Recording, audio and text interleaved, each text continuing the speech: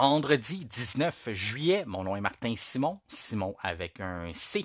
Et il me fait plaisir de vous souhaiter la bienvenue à un autre épisode du F1 Podcast. Pour vous aujourd'hui, c'est votre guide pour Hongrie 2024, ce qui signifie qu'au cours des prochaines minutes, je serai accompagné d'un de nos collaborateurs afin de vous fournir le plus d'informations possible pour que vous puissiez profiter pleinement de votre week-end de course. On va revoir le tracé du Hungaroring, la température qui est prévue à Budapest au cours du week-end, les différentes améliorations que les écuries ont apportées. On fait aussi un retour sur les 2 séances d'essais libres de la journée de vendredi. Mais avant, on débute avec l'actualité dans le monde de la Formule 1. Et avant d'aller de l'avant avec notre chronique actualité, on va commencer par dire bonjour à notre collaborateur de la semaine, Jean-Christophe Tran. Comment ça va? Ça va super bien et toi? Hey, ça va numéro un. Écoute, merci d'être là avec moi aujourd'hui, vendredi, faire le petit guide de questions de mettre la table pour nos auditeurs. Je voulais passer les différents sujets d'actualité avec toi pour débuter. Il y a eu la nouvelle le secret de Polichinelle. Là. Je pense qu'on s'en attendait pas mal. Comme quoi, Kevin Magnussen ne sera pas reconduit en 2025 avec l'écurie Haas. Est-ce que ça t'a surpris cette nouvelle-là ou t'étais pas mal comme tout le monde, tu t'attendais à ça? Ouais, exact. Je pense pas qu'il y avait rien qui aurait pu vraiment le sauver. Il y avait toute la controverse aussi avec ses points de super licence.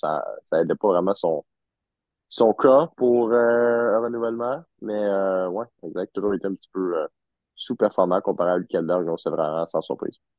Ouais, j'ai été déçu, moi, de lui. Je veux dire, quand il est revenu, je le trouvais motivé, je le trouvais rempli de bonnes intentions, je trouvais il y avait un beau sourire. Je trouvais que, on dirait, le fait d'avoir été à l'extérieur de la F1 lui avait fait redécouvrir à quel point il aimait ça, à quel point que c'était un privilège d'être un pilote de Formule 1. Puis là, tout ça, on dirait que ça a diminué. Surtout depuis, tu soulignes le fait, quand Hülkenberg est arrivé, on dirait que c'est là que son étoile a vraiment pâli. Quand il était en compétition avec un gars comme Mick Schumacher, on voyait peut-être plus les beaux côtés de Magnussen.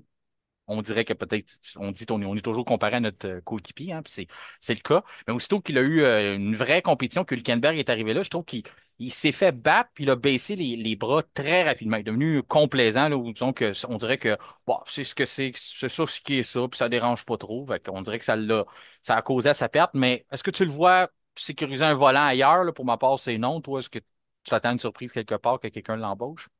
Vraiment pas. Moi, je m'attendrais à ce qu'il retourne comme son père faisait ou fait encore. À faire tout ce qui est d'endurance, peut-être même dans IndyCar, s'il a fait une course ou deux là, à l'époque, là, en 2021, 2022.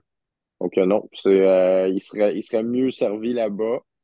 Puis je pense que ça lui a montré ses faiblesses, juste ses petites lacunes de pilotage. Avoir quelqu'un de la classe de Hülkenberg qui lui remet ça dans les dents à chaque qualification, puis à chaque week-end de course, presque. Donc ouais, peut-être mieux, peut-être mieux servi là-bas. Puis, là, on continue d'aller de l'avant. On peut pratiquement confirmer que c'est Ocon qui va remplacer Magnussen. Il y a de plus en plus de rumeurs qui vont dans ce sens-là. Gina a donné son OK, qui est le propriétaire, là, le fondateur de l'écurie. Lui, il dit c'est correct pour Esteban Ocon, sauf qu'il restait du côté de Ocon de signer son contrat. Il semblerait que ce serait une question de temps et qu'on irait vers l'annonce lors du prochain week-end de course, c'est-à-dire celui en Belgique à Spa-Francorchamps.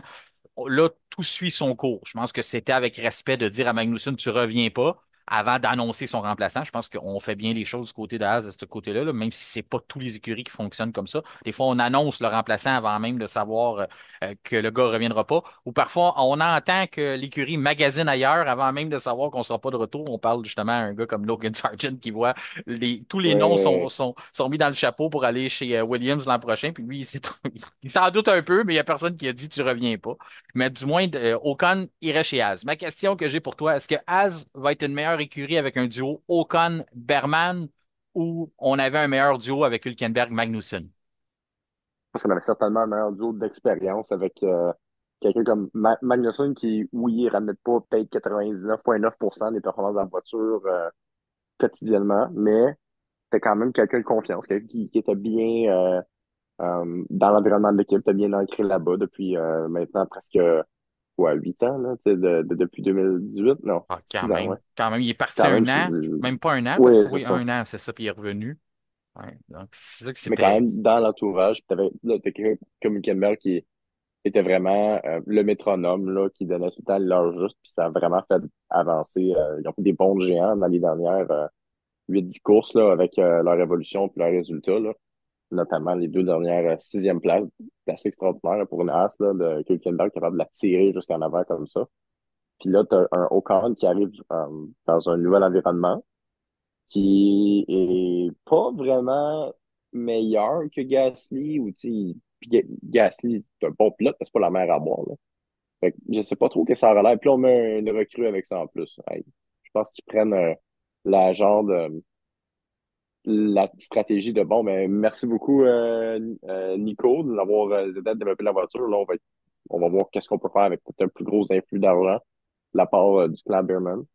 Puis qu'on va essayer de continuer de rester dans leur position, mais ça m'étonnerait qu'avec ce genre de tour pilote-là, qui vont fleurir au même rythme qu'ils le faisaient avant. D'après moi, ils vont stagner ou retomber un petit peu comme une brique dans l'eau. Là. Ben, moi, je pense que c'est là que ça va leur faire le plus mal. C'est pas nécessairement les performances en piste, parce qu'on sait, Ocon l'a déjà prouvé, c'est un gars qui est capable d'être rapide. Sauf que As a besoin de développement. C'est pas comme arriver dans une voiture où on a déjà une direction, on sait où ce qu'on s'en va. Quoique on le sait un peu plus depuis les derniers mois, là, on voit on semble avoir pris une direction, on semble du moins avoir trouvé une fenêtre de performance et vouloir développer dessus. Mais ça, c'est grâce à Hülkenberg. Et puis, ça vient pas de mes propres mots, ça vient des gens à l'interne de chez As qui mentionnent à quel point Nico Hülkenberg leur a rendu de Mais fiers oui. services pour régler ce fameux problème-là qui faisait que les gommes se désagrégeaient rapidement là, à peine dedans de 10 tours. Donc, on était capable de faire des bonnes qualifications chez As, mais aussitôt qu'on tombait en course, après 10 tours, ben, on était relégué à être en arrière du peloton. On n'était pas capable de suivre les voitures à l'avant. Donc, ce problème-là, on commence à le corriger, mais tout a été dit. Jamais j'ai entendu le mot de Magnussen sortir comme quoi il avait aidé à régler ce problème-là. C'était surtout avec Hülkenberg. Quoique Magnussen était capable quand même de fournir son expérience, mais là, on enlève ces deux pilotes-là, on les remplace par un Esteban Ocon que on ne sait pas vraiment si c'est un bon pilote d'usine. Il est là depuis plusieurs saisons chez Renault. Il a été plutôt dans l'autre sens, plutôt que de progresser. Renault s'est détérioré, là. Pratiquement, on a atteint le plus bas, le bas fond en début de saison. On tente de se replacer. Ben, ça me donne pas l'idée nécessairement qu'Ocon, c'est le meilleur gars pour développer une voiture. Puis Berman, on peut pas lui demander, il commence en F1. Donc, je vois un peu avec toi dans le même sens que là, je pense qu'on va perdre, on va finir par perdre en piste parce qu'on va perdre des cerveaux à l'usine, du monde pour nous donner un feedback là, qu'on donne, là, donner des bons rapports. Je pense qu'on va en perdre. On va avoir ces deux pilotes-là, on va les perdre. Donc, à ce moment-là, on va se retrouver un peu dans les ennuis. Du côté de Adrian Newey, ça fait couler beaucoup d'encre. Ça a retenu beaucoup de conversations. Les gens vont spéculer où ce qui va aller. La semaine dernière, on en a parlé un peu, nous autres, comme quoi que toi, tu t'attends à le voir possiblement chez Aston Martin. C'était la même chose pour Kevin. Moi aussi, je pense qu'au bout de la ligne, s'il veut pas déménager de l'Angleterre, ça sera là. Mais on a une date, là, à peu près, là. Pas nécessairement la date quand est-ce qu'il va pouvoir commencer à travailler, mais il a été plus précis sur quand son devoir chez Red Bull va prendre fin. Maintenant, il a été réaffecté à d'autres projets. Là. On a vu justement la RB17 qui a été lancée cette semaine, la Hypercar que Red Bull va lancer sur le marché là, la saison l'année prochaine. Mais vous n'êtes pas obligé de faire la file. Là. Il va en avoir seulement 50. Puis avec les prix, là, je pense que si vous aviez à en On avoir va être une, correct. vous auriez déjà reçu un message. Là. Donc, c'est pas, vous perdrez pas de temps en file d'attente là, sur les 50 exemplaires pour en avoir une.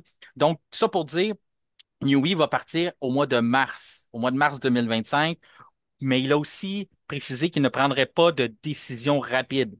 Donc, il n'y a toujours rien de signé. Donc, si vous avez lu à certains endroits, comme quoi c'est fait, s'en va chez Ferrari, c'est fait, s'en va chez Aston Martin, c'est fait, s'en va ci, s'en va là. Il s'en va nulle part pour l'instant. Il n'a pas signé. La seule place où ce qui s'en va, où ce que c'est signé, c'est des vacances avec sa femme.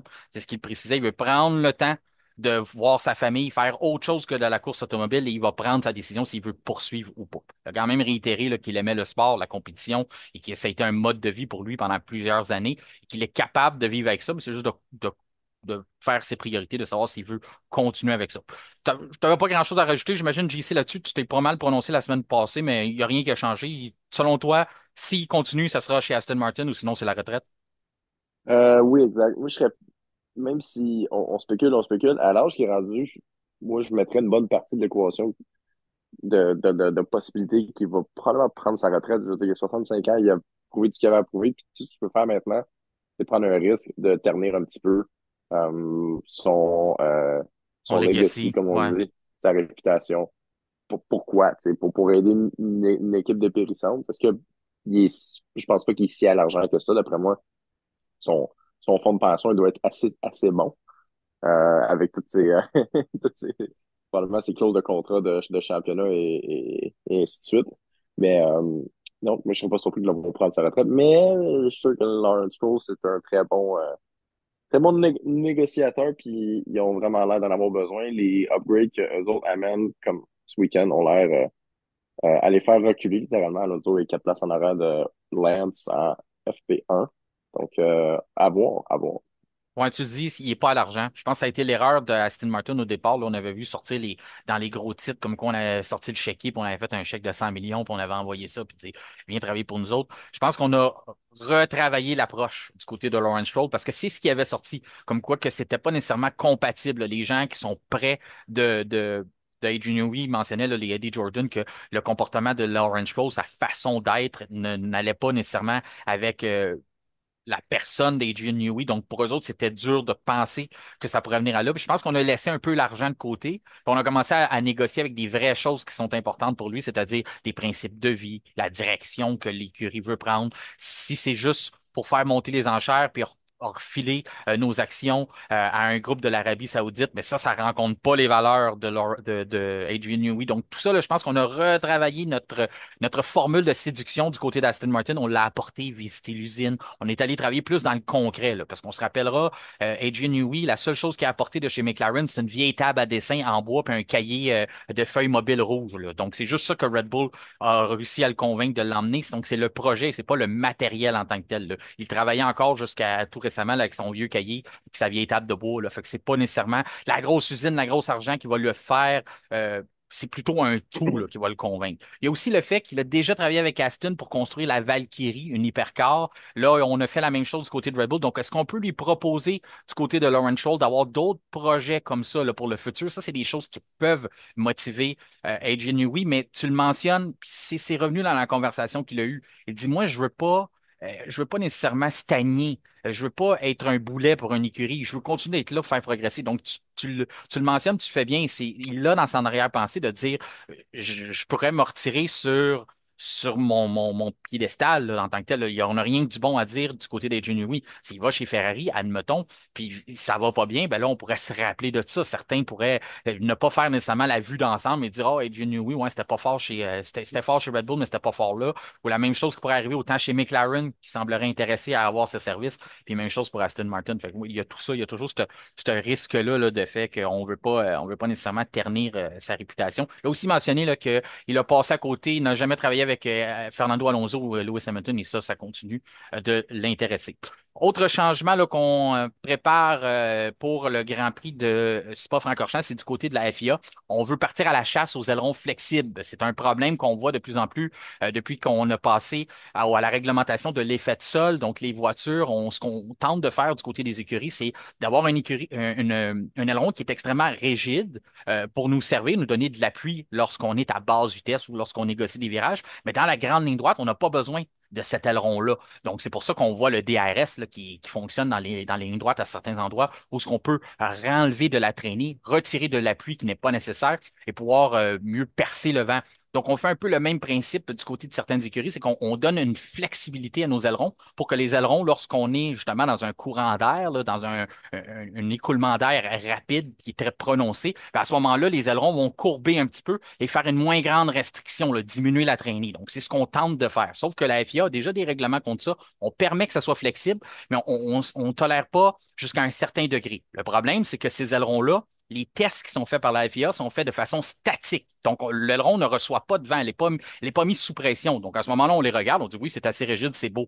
Sauf qu'on s'aperçoit, lorsqu'on voit des angles de caméra où ce que les voitures sont à pleine vitesse, qu'à ce moment-là, les ailerons sont beaucoup plus flexibles qu'on le voit de façon statique. Donc, la FIA corrige sa façon de faire et non seulement on va continuer avec les études statiques, mais on va aussi faire une étude avec des caméras qui vont être installées sur les monoplaces lors de la EL1, FP1 pour certains ou FP2. Première pratique d'essai libre, deuxième séance d'essai libre à Spa-Francorchamps. On va installer ces caméras-là qui vont détecter le mouvement. Donc, ils vont être placés à des points stratégiques. On va être capable d'évaluer si la rigidité de l'aileron avant est diminué lorsqu'on est trop diminué, là, considérablement diminué, plus que ce qu'on s'attend lorsque les voitures sont à haute vitesse. C'est une bonne place pour voir ça à Spa, là. Il devrait être assez vite pour à 2 séances de célib, ça devrait être assez vite pour avoir la réponse à leurs questions. Toi, tu penses de quoi un peu tout ça? Est-ce que c'est du niaisage, c'est de la poutine de Formule 1 qui sort une fois par année, qu'on essaie de trouver des nouveaux règlements, de trouver des façons de ralentir certains? Qu'est-ce que tu penses de tout ça un peu, Jean-Christophe, de ton côté? Ils font une fois je sais pas si c'est à chaque année, mais c'est fréquent où est-ce que ils vont faire une enquête, soi-disant, et là, les équipes vont se raviser un petit peu. Puis là, jusqu'à la prochaine enquête, ben là, ils se loussent la ceinture un petit peu, puis un petit peu, puis un petit peu. Mhm. Mais ça a toujours été le même principe. Tu peux pas faire une pièce de fibre de carbone ou de composite qui est complètement rigide. Mais là, puis j'avais entendu une entrevue avec un des ingénieurs, je pense que c'était chez Williams. Il avait parlé à quel point, tu sais, c'était vraiment une zone grise, même avec les ravisements de règlement. C'est toujours aussi gris. C'est comme pièce que, comme tu dis, c'est évalué lorsqu'ils sont statiques, mais la force de la traînée, la force du vent, fait qu'elle va se plier anyways, même si c'est une des pièces même si il y a aucune flexibilité lorsque c'est statique. Oui. Fait que là, c'est combien de flexibilité est-ce qu'on accorde? Est-ce que c'est 1%, 2%? Ça devient extrêmement subjectif. Fait que je sais pas si c'est de la politique interne ou est-ce qu'on essaie d'aller juste raviser le groupe, mais je vais douter hautement que ça va aboutir à quelque chose de significatif, à moins qu'il y ait une des écuries, un des constructeurs qui est vraiment en flagrant délit, puis là, toutes les autres sont comme, ben là, on va faire une enquête encore, là, il y a X équipes là, qui est en train d'en abuser, même si techniquement, au test statique, ils sont corrects, là. Et j'ai bien hâte de voir ça.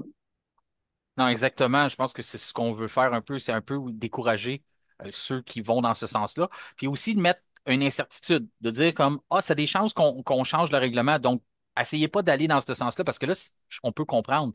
Je vous donne un exemple. Si Red Bull avait des ailerons plus flexibles que les autres, on pointe un peu McLaren du doigt, puis un peu Mercedes avec la nouvelle aileron avant, mais admettons que c'est Red Bull qui allait avec un aileron trop flexible. Mais c'est normal que si la FIA dit, OK, c'est beau, tout est correct, ben, tous les autres écuries vont commencer à préparer des ailerons comme ça. C'est normal. Ce serait juste ça serait juste le gros bon sens de vouloir aller dans le même sens que si les autres vont chercher un avantage avec ça. Donc, je pense que c'est un peu de mettre un frein là-dessus que la FIA veut faire, de dire, là, on va faire des tests, puis ça se peut qu'on change le règlement. Donc, un peu dissuader des écuries qui voudraient commencer à mettre leur argent dans ce sens-là, de dire, ah, je suis pas sûr qu'on va investir tout de suite là-dedans parce que ça veut pas dire que ça va rester, ça. Je pense qu'il y a ce côté-là. Il y a aussi le côté, là, une petite chicane de frein du côté de McLaren. McLaren ont des trous à l'avant sur leurs freins, comme tous les écuries.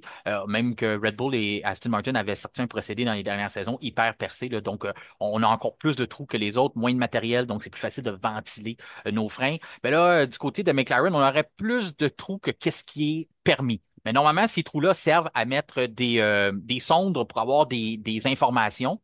Et là, ce qu'on se dit, c'est qu'on n'utilise pas ce trou-là pour ça, on utilise ce trou-là pour faire de la ventilation. Le trou n'est pas fermé. Donc, c'est Red Bull qui a levé le drapeau, qui a dit ça à la FIA. Puis la FIA, ce qu'on a fait, c'est qu'on a fait les tests, on a dit que les trous, parfois, on a vu que McLaren fermait ces trous-là, mais d'autres fois, on a vu qu'il était ouvert. Donc, on a demandé, on a envoyé un communiqué à McLaren pour dire fermez les trous en tout temps. Sinon, ben, on va falloir prendre des procédures. Donc, on les a à l'œil. Donc, vraiment, là, on voit que ça commence à se resserrer. Il y a des bagarres, mais il y en a toujours eu. Mais c'est signe que le peloton se resserre quand on commence à avoir des petites guerres comme ça à l'interne ou à l'arrière là avec la FIA, puis tout, de dire ah, les autres font ça, les autres font ça, checker les autres, ça. Ça donne du travail à la FIA, mais c'est pour garder tout le monde garder tout le monde là, en bon ordre et qui respecte les règlements. C'est ce qui conclut l'actualité pour cette semaine. Maintenant, on passe à la journée de vendredi sur le circuit du Hungaroring à Budapest.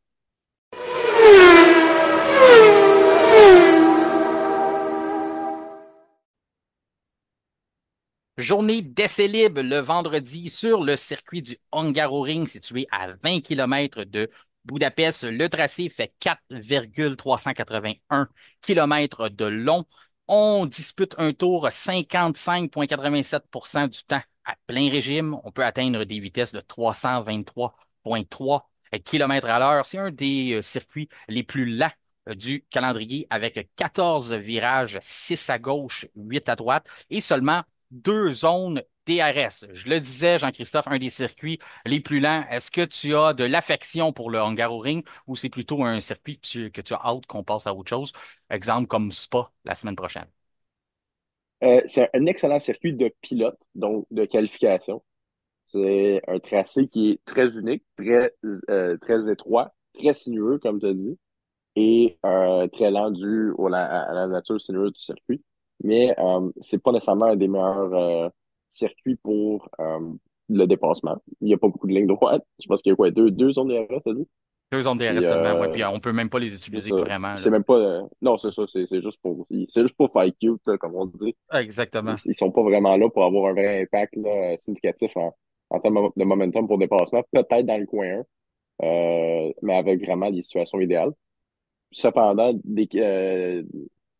les 3 dernières années, 4 dernières années, même quand j'étais en 2021, on a eu des excellentes courses avec notamment la bataille de Alonso lorsqu'il était chez Alpine avec Hamilton, lorsqu'il le retenait pour que notre Esteban Ocon de chez Alpine encore est allé chercher sa seule victoire. Ouais. Ça, c'était une des bonnes courses récemment que j'ai en mémoire. Sinon, c'est un peu des trains DRS, des courses de trains DRS. On peut toujours être surpris, toujours des stratégies qui peuvent être intéressantes parce qu'il va faire très chaud. On est à 50 degrés aujourd'hui, je pense, de température ambiante de piste. On a déjà Et atteint ça fait, 60 degrés il y a quelques années en plus. C'est ouais, vraiment, exact. c'est très, très chaud. C'est, c'est toujours un gros point d'interrogation pour la stratégie puis la durabilité des pneus lorsqu'on arrive à ce circuit-là. Puis ça, c'est peut-être toujours notre wild card, comme on dit, d'avoir avoir une course plus intéressante avec des stratégies de pluie discordantes entre des équipes qui se compétitionnent pour une même position. Cependant, on n'est jamais loin aussi du train de DRS pendant 20 tours là, dans un stint où est-ce qu'il n'y a pas grand-chose qui se passe. Ouais, Mais exactement. hâte de voir quand même. Je suis sûr qu'à l'avant, ça va être très chaudement disputé. On a des temps très similaires avec des compounds différents de pneus. Donc, vraiment, là, on dirait que la lutte entre Red Bull, McLaren, Mercedes et Ferrari, qui a l'air avoir du rythme ce week-end, est ouverte là, pour la victoire. Ça, c'est intéressant à suivre. Tu le mentionnes, oui, il y a les trains de DRS. Oui, on risque d'avoir une bonne compétition entre les différentes écuries.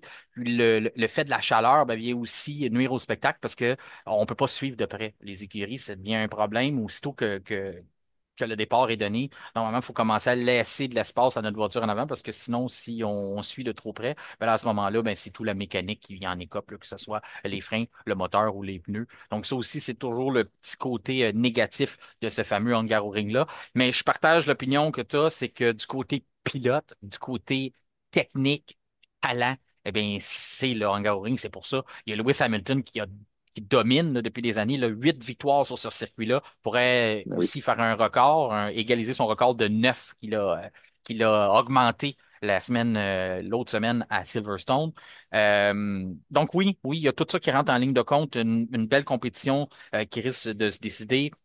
On évalue un peu plus le pilotage. À ce moment-là, qu'est-ce qu'on dit? Quand c'est un circuit qui va au pilote, ben, ça veut dire que la journée de samedi est très intéressante normalement et d'autant plus importante puisque ça décide l'ordre et c'est dur de dépasser. Donc, on a regardé un peu aujourd'hui les séances de Célib. La première, la bonne nouvelle, c'est que Ferrari semble de retour. Ferrari semble de retour. On a eu des problèmes depuis quelques semaines et ça, c'est en partie à cause des améliorations qu'ils ont apportées. Si tu le permets, Jean-Christophe, je vais faire les 4 écuries là, qui ont apporté quelque chose pour le week-end, là, qui pourraient avoir un impact sur la course ou sur la qualification. Bien, Ferrari, on a apporté là, une révision du plancher. Donc, on pourrait dire une version 1.2 ou une forme de patch.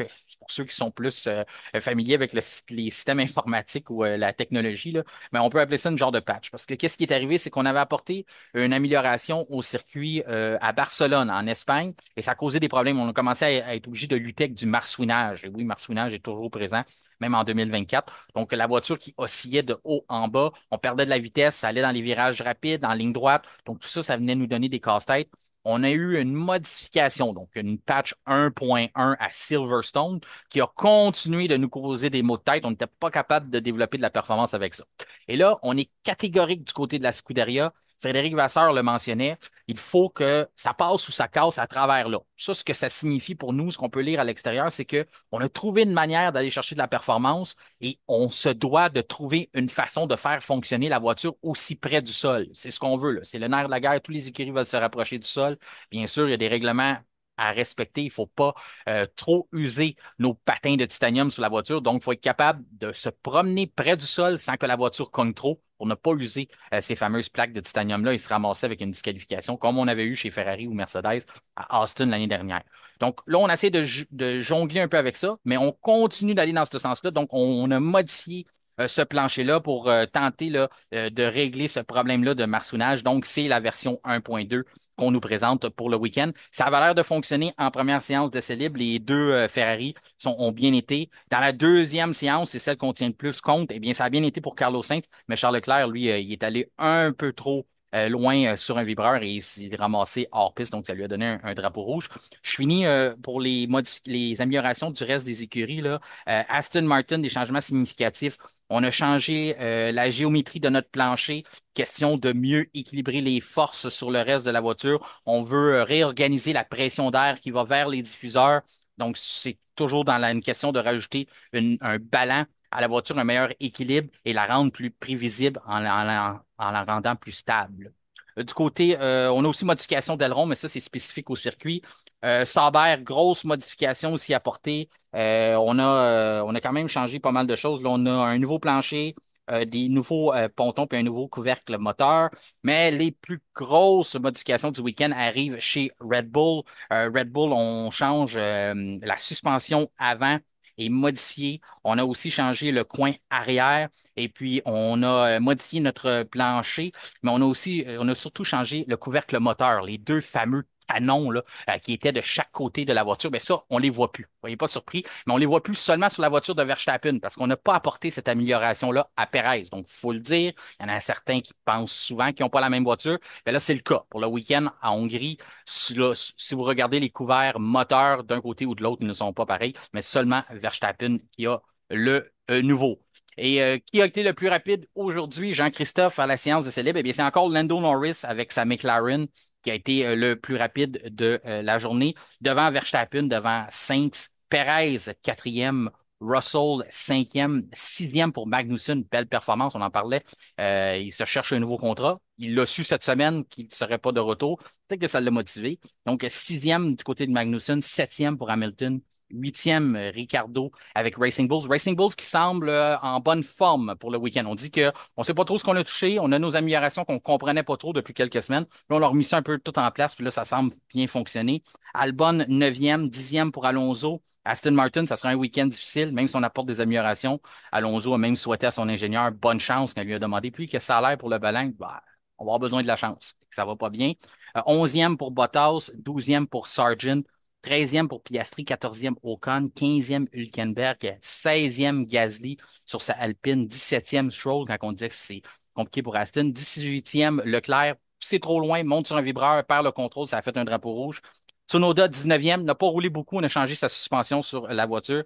Et 20e pour Guan Yu Zhou, qui a aussi eu tout un dérapage, a failli emboutir la voiture de Sergio Perez. Si ça n'avait pas été de ses super réflexes, on aurait eu des dommages sur deux voitures plutôt que seulement sur celle de Joe. As-tu des prédictions pour le week-end d'après ce que tu as vu? Qui, selon toi, risque de nous surprendre ou peut-être juste maintenir la normale?